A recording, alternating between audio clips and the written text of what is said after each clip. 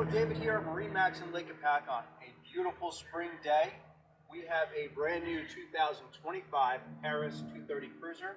You can see the nice shiny metallic black behind you, black powder coat fencing or gold accent. Up above me is their new Halo Bimini. Our RPM chassis with the lifting strakes inside and outside, 25-inch tunes. Single lounger layout with a rear safety system. This boat's powered with a 200 Mercury. Lots of other features inside. Let's take a look. Alright, we moved up on the inside of the boat. You can see I'm up here in the bow. We have our safety door right here, 400 pounds of outward pressure. Our nice two-tone interior, moonlight gray.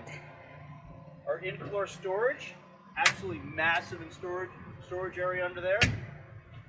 On the port side, we have our foldable change house. Nice wide door. Single lounger with a flip back. Up here on the helm, we have a Simrad JL audio system, digital throttle, digital shift, high back chair with adjustable base. This boat is loaded and ready for the water. Come on down, we'll show you the rest of the boat. This is David from MarineMax. Look forward to meeting you.